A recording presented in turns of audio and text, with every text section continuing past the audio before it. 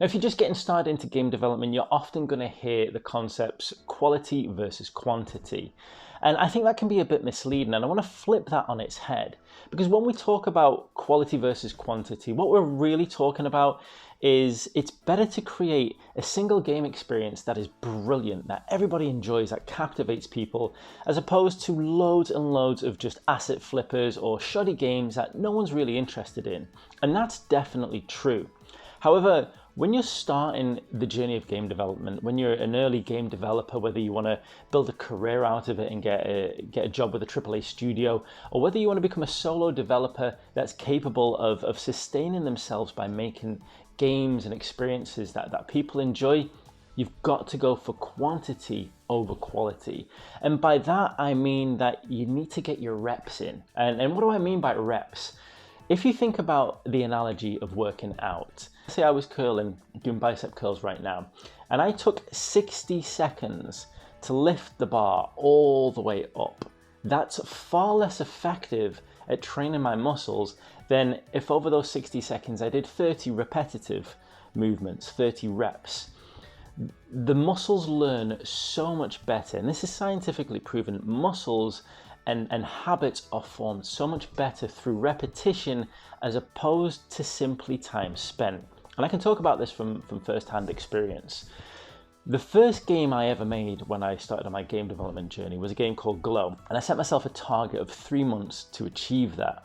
And I was really proud of the fact that I managed to complete that game within the time scale, 3 months. It's as I've grown in my game development journey, I've realized how rare that actually is. Not to complete a game in 3 months, but to complete a game in the time scale that you've actually set out. But anyway, beside the point, I completed Glow within 3 months. So my next game, Gym Empire, that you can see behind me right here, that I started developing, I thought, well, a bit more of a complex tycoon game, I can do that in 6 months. 7 years later, that's not the case. I'm still developing Gym Empire. And for as proud as I am of Gym Empire, and for as well as it has done in early access, I have to say developing Gym Empire has been the biggest mistake I've made in my game development journey. Not because I don't think the game is brilliant and that I'm not proud of the well-polished tycoon gym simulator that I've created, but because of the time spent is not the best value for me as a game developer. Now, I committed to this game and I believe in it, so I was always going to complete it, but it should have never taken me as long as it's taken. 7 years spent developing Gym Empire, I've learned a lot of things, don't get me wrong. I've learned absolutely loads that I can take into my next game development experience.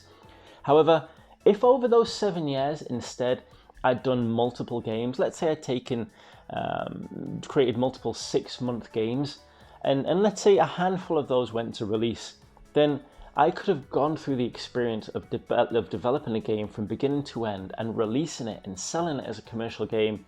Let's say 7 or 8 of those games were released. That would have been 7 or 8 experiences that I've had that I could have learned from different game ideas, different experiences in trying to promote them, the marketing, building up wish lists, how well the sales did, things I could have learned from the whole process, the community building.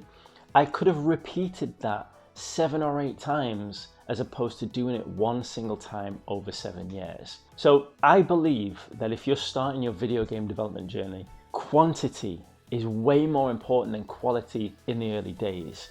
I think whether you want to go into a AAA game development studio or whether you want to create successful indie games by yourself, whether you just want to experience the world of game development, my advice to you is to just create as many prototypes as possible and create as many amazing game ideas that you can, and aim to take a handful of those completely through to commercial sales.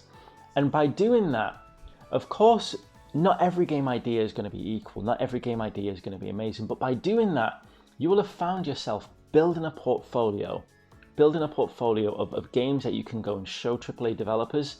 You will have gained experience multiple times in tweaking and understanding the nuances of game development and game marketing. And you will have also given yourself an opportunity of multiple prototypes, some of which might absolutely be killer ideas, game ideas that are really going to ring with a community and really going to build a community around them and get people enjoying not only your games, but appreciating what you do and create as a game developer. You can only do that if you go through the process multiple times, if you get your reps in. And this is well known in the scientific community, not only for, like we said, building muscles, but for building good habits. And at the end of the day, it's the habits you want to create as a game developer, things you can just fall back on naturally that you can do with almost without thinking, and be able to repeat that process over and over to create absolutely banging game ideas and create some amazing indie game experiences. Setting yourself a target of maybe a month for a prototype or 3 to 6 months for a game into a commercially sellable game, I think is very feasible and a great idea if you want to really build your experience as a game developer. That's all I've got. See you in the next video.